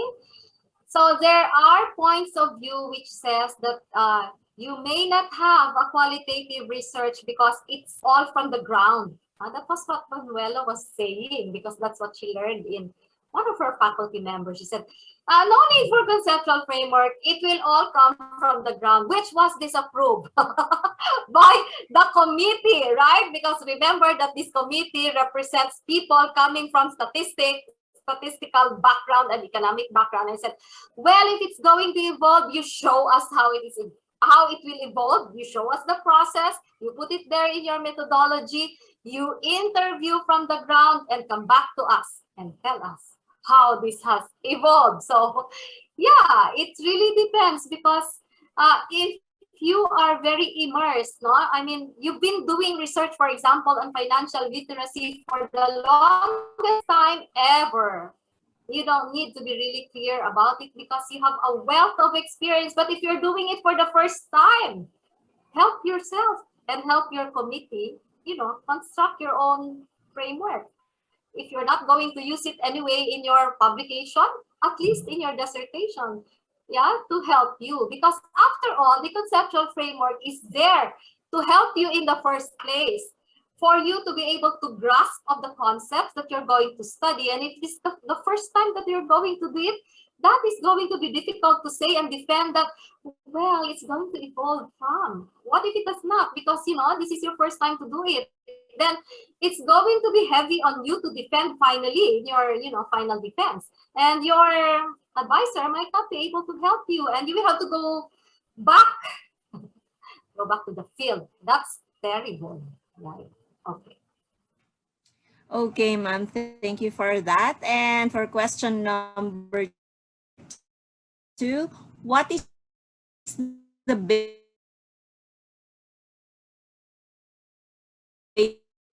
basis for selecting?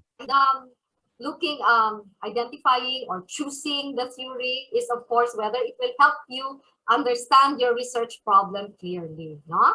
So remember our case with Dr. Rachel de Guzman.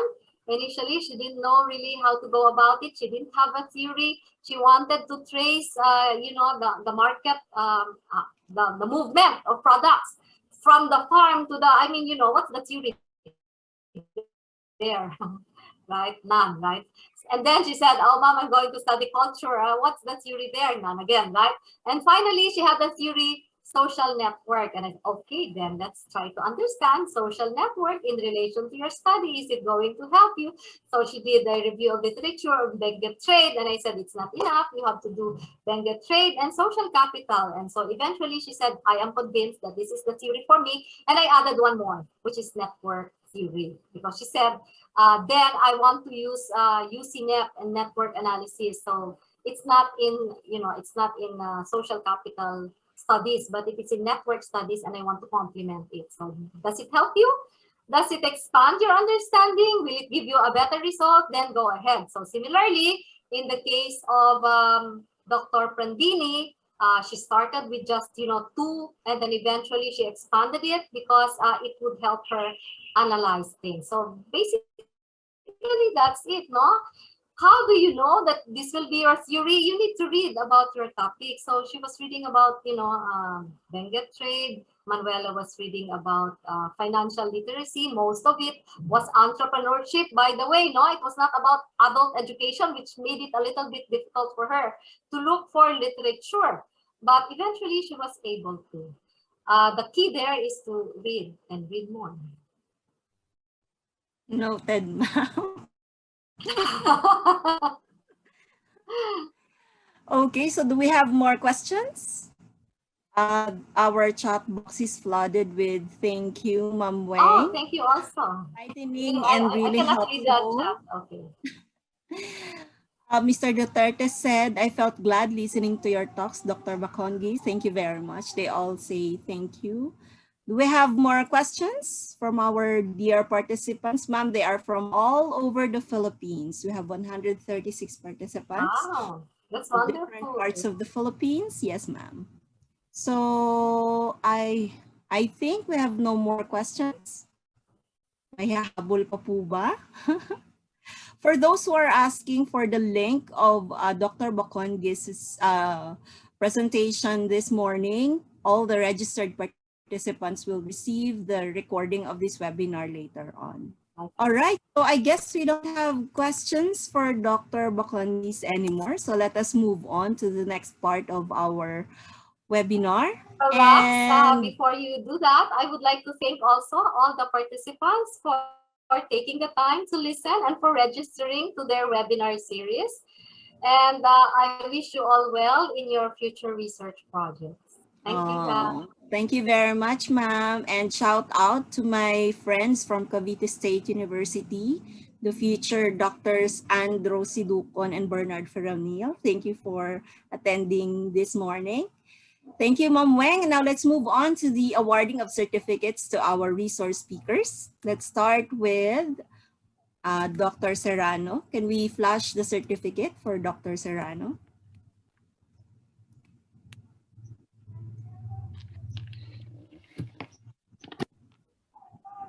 We have two equally beautiful and intelligent women this morning.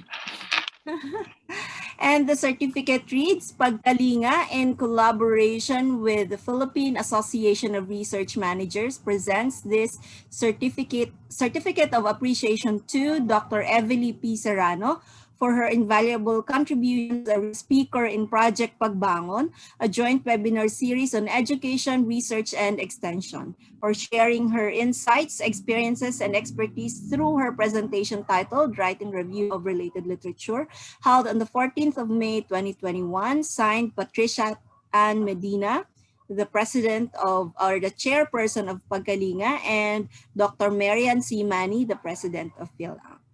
Thank you very much, Dr. Serrano. May we give her a virtual round of applause, please? Thank you very much, Tin. Salamat. And thank you for the our participants also. So thank you very much for the kind words that you have provided on the chat box. Thank you. Thank you, ma'am. Now let's move on to our next awardee.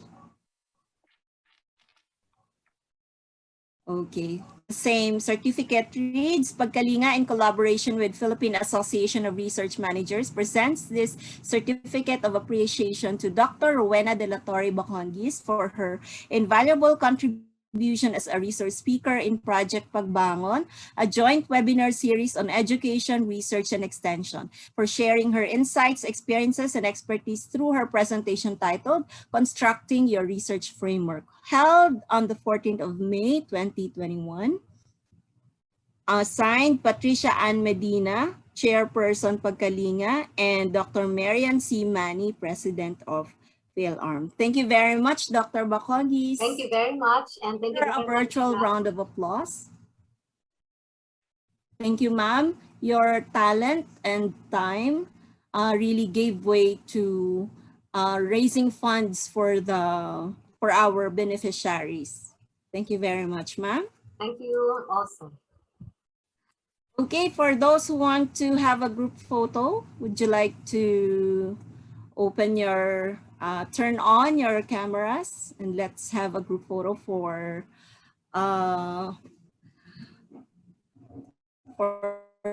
this webinar. Okay, Sir Siege, are you ready? Okay. Let's turn on your cameras and smile.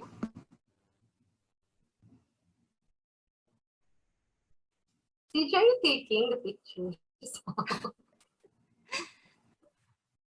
Siege, are you taking the picture?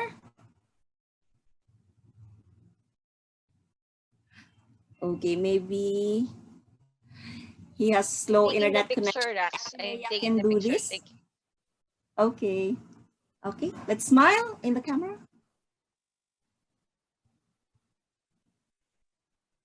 Okay, first slide. Okay, next. Wait. Okay. 4 more.